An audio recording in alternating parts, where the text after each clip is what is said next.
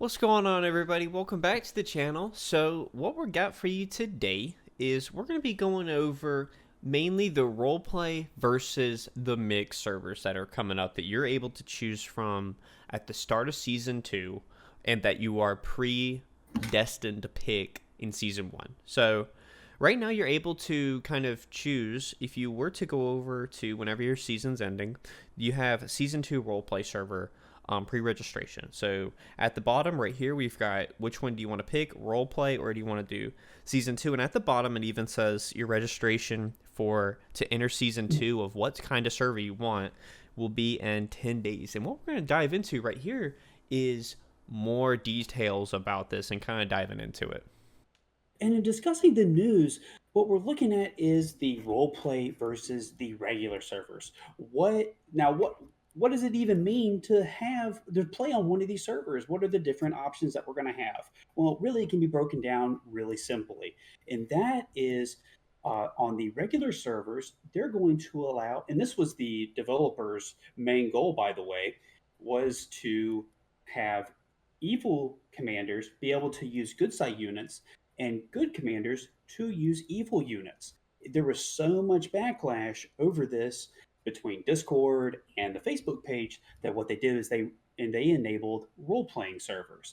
The role playing servers are going to they're not going to have those features that come along with the evil units are embassies. So you have to build these embassies that are going to allow you to build the units.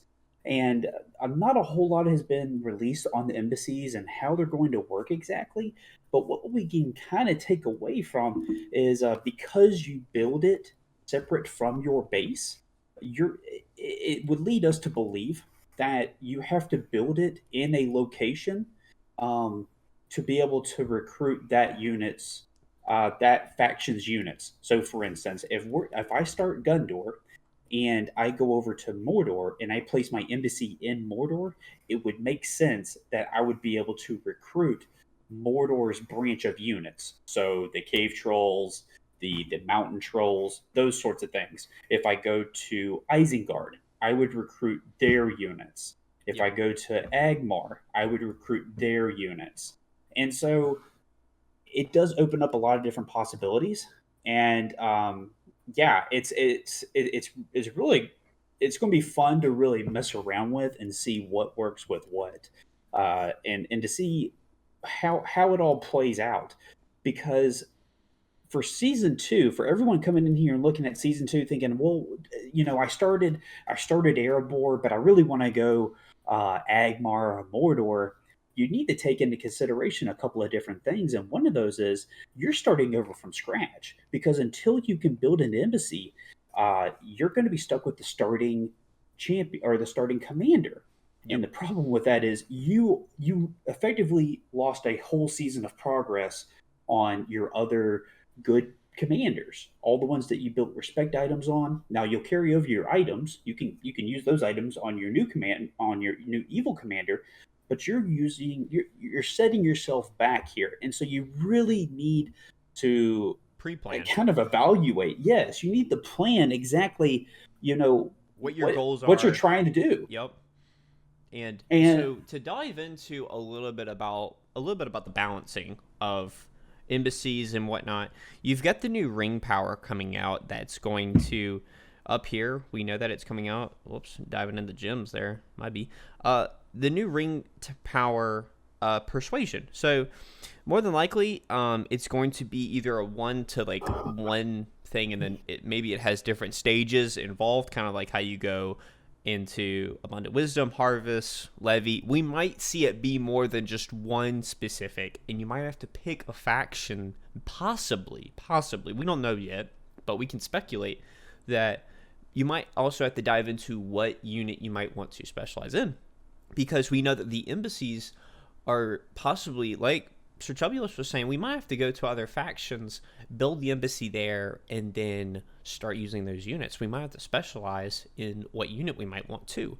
So in order to balance that out, you're also going to have to consider where you're going to start, what evil side you want to specialize in, and we don't know if you're going to have access to the tier 4s of that land, and that would be a bit overpowered because you can only really use one tier 4 of your own faction. So a bit of the balancing issue, I hope, is you can only use tier 3 of everything and you can your faction specific. Now, that doesn't count the neutral camps.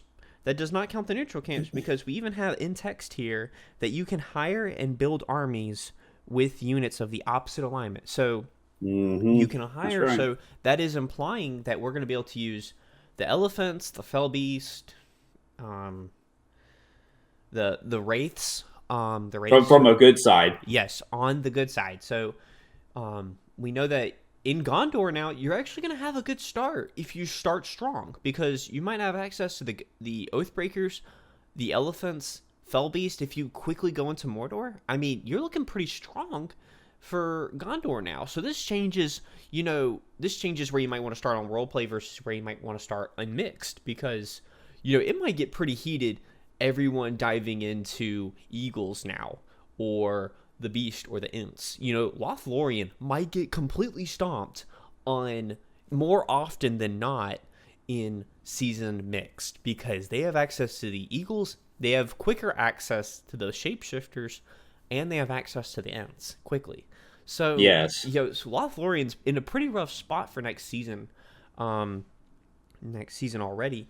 But so let's dive into the Mathom chest and the tips The because massive chest. we The need to big talk question about mark. we need to talk a little bit about what you need to be specializing in depending on how much you want to invest into the game financially. So whenever the season starts, we know that Lurtz and Gandalf are the purple starters of each pretty much. You either get to go with the control commander or the full damage commander on the evil side or the control commander for the good side. So let's just say you get access to both. You're like, man, I want to do Lurtz, but I also want to do Gandalf. I would highly suggest you to, if you already are heavily invested in Gandalf, stick with Gandalf and maybe dive into some of the other damage commanders on the good bad side. There's only so many commanders that you can have out on the field, guys. It's so cool to have all of them. Absolutely. But think about who you're actually going to use. Think about that of who you're actually going to be using. If you already have a bunch of CC commanders, crowd control, don't sit there and go for every madness commander on the evil side. And same goes with the evil side. You might want more damage commanders because good side has a good deal of damage commanders, and they have a whole lot of healing. So if you're evil side, maybe specialize in Arwen, maybe specialize in Balin, and stick with your damage commanders. And mainly in the tips, for instance, it's looking a little light on the tips because they don't provide enough, and you only get really 4 tips, and one of them is usually a resource. Yeah. One of them is usually a It, resource. I wouldn't be banking on tips for your for your commanders. It's just going to take way too long to build up enough respect. It does add over time a good amount of respect, but the Matham chest is really where determine the type of financial investment you want to put into this game because you're effectively rolling back a whole season's worth of progress of respect items and you are putting it into another faction. And for you to be competitive, to keep up with the pace of everybody else that maybe started a good side and then continued to be on a good side on a mixed server, for you to be able to keep at the same pace, you might need to put some more money down on the game to be able to build more respect up. Yep. Depending upon where you are at and how much you actually spend on the game right now, you might actually have to spend more. Now, what I referred to earlier as the big question for Matham chess is actually if you're going to be able to switch them when you go a certain faction. So take tips. When you're looking at the tips and you're looking at the pre-registration menu items, what you're seeing is on the language that's used for tips, it says you can change says that you can change the tips to go with that certain faction. Now, when you drop and look at the Matham chest, it's a little bit different language there. And it just says that you can open Matham chest from a, I'm paraphrasing here, you can open Matham chest from a different faction.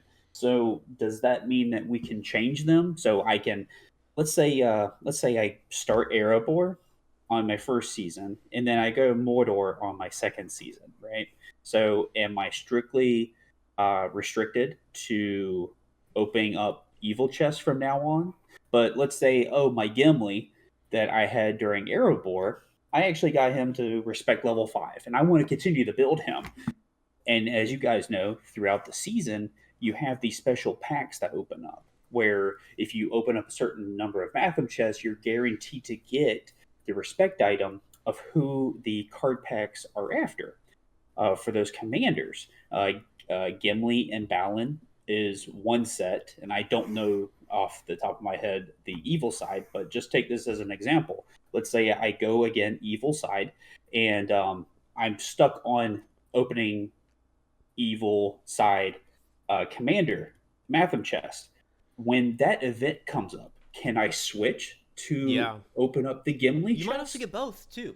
You Yeah, might get both. We don't perfectly know yet, but this is yeah, just what you are to expect. Expect the most, and just plan for having the most access to you.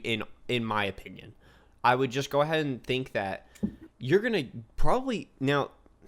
I guess the biggest thing that I would like to see is you get 2 free chests a day on the mix server.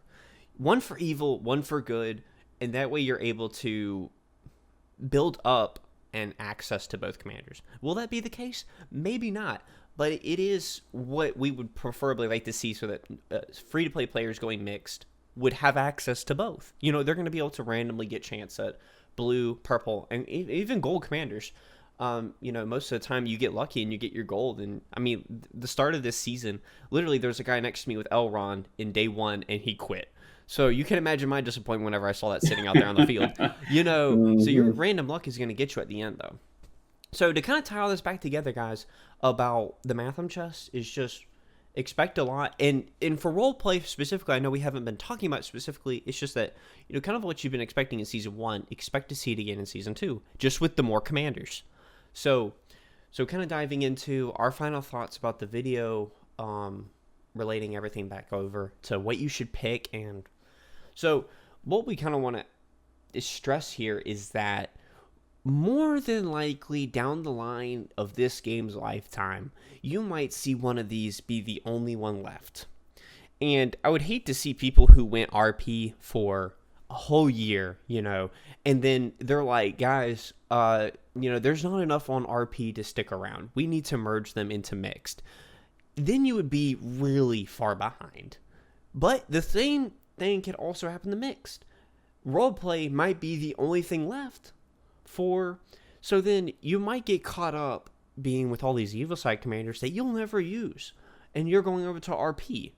And the same goes for RP going into mixed. You're going to be going up against all these Gondor people with a Witch King of Agmar, and you're like, what's going on here, guys? We never played mixed. What's going on? So you're kind of yeah, taking a bet on it down the line. This might be, both of them might succeed perfectly well, 50% split down right down the middle, and they stay like that forever. But I don't think that'll be the case. I do think that eventually down the line, we might see one type of server being the only one. So they did the same thing with Special, and everybody wanted Special. Everybody wanted access to Agmar, Agmar, Run, Anor, and Linden. I believe yeah. with the So fourth. now every server is like special. Yep, every So server is things special change now. very quickly, guys. Yep, so they changed on a dime. People said they wanted special, so everyone went special. So I think only like 50 servers are normal, or what they called normal. So, but my final thoughts is we're gonna be going mixed. Partially because we want to bring more content on good and bad side to y'all, because like on our end, it's tough to kind of balance it out between 2 games. So we're kind of doing mixed for a little bit of bringing content for y'all. But if you are kind of wanting to stick to the truest nature of this game, you might want to go roleplay. It's not that roleplay means that you're role-playing. It just means that you're sticking with good side, staying on good side units. We know Right. plenty of people that are just going roleplay. So to kind of dive into the last features of this, we know that you will be getting access to all of your equipment, commanders, and cross-season selections, confirmed for both. Unique equipment and corresponding quest items. That is at respect level 10, you get access to a series of quests, and then you get the item for it at the end. And all commanders' equipment and neutral camps are going to be new. So you're going to be seeing new stuff. I couldn't really guess what the neutral camps are going to be off the top of my head. I don't know. I haven't read the books. I haven't dived into too much of the lore, so I don't really know stuff outside the movies, for instance, about what we could see. And then new season goals. It kind of like what I was talking about Sir Chubby List before the video was it'd be pretty neat if they brought some actual role play to the game and they were Arnor versus Agmar specific stuff or things along that line. That'd be really neat to see for the role play guys.